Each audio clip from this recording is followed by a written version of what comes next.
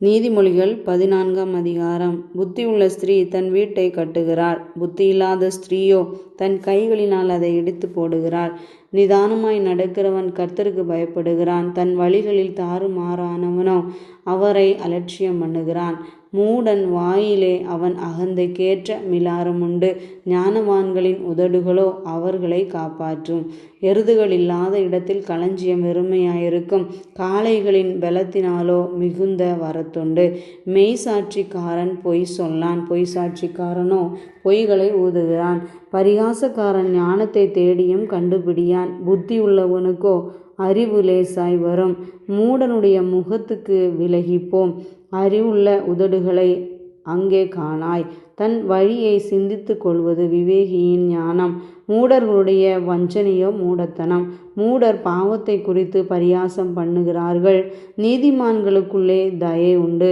இருதயத்தின் கசப்பு இருதயத்திற்கே தெரியும், அதன் மகிழ்ச்சிக்கு அந்நியன் உடந்தையாகான். துன்மார்க்கனுடைய வீடு அழியும், செம்மையானவனுடைய கூடாரமோ செழிக்கும். மனுஷனுக்கு செம்மையாய் தோன்றுகிற வழியுண்டு, அதன் முடிவோ மரண வழிகள். நகைப்பிலும் மனதுக்கு துக்கமுண்டு, அந்த மகிழ்ச்சியின் முடிவே சஞ்சலம். பின்வாங்கும் இருதயமுள்ளவன் தன் வழிகளிலேயும், நல்ல மனுஷனோ தன்னிலே தானும் திருப்தி அடைவான். பேதையானவன் எந்த வார்த்தையையும் நம்புவான், விவேகியோ தன் நடையின் மேல் கவனமாயிருப்பான். ஞானமுள்ளவன் பயந்து தீமைக்கு விலகுகிறான், மதியீனனோ மூர்க்கங்கொண்டு துணிகரமாயிருக்கிறான். முற்கோபி மதிகேட்டை செய்வான், துர்சிந்தனைக்காரன் வெறுக்கப்படுவான். பேதையர் புத்தியீனத்தை சுதந்தரிக்கிறார்கள், விவேகிகளோ அறிவினால் முடிசூட்டப்படுகிறார்கள்.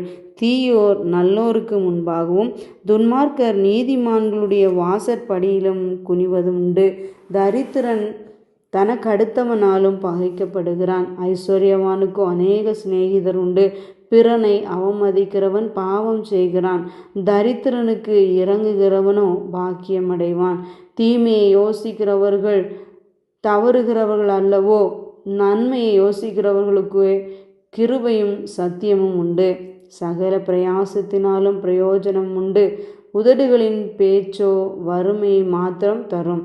ஞானிகளுக்கு முடி அவர்கள் செல்வம், மூடரின் மதியீனம் மூடத்தனமே.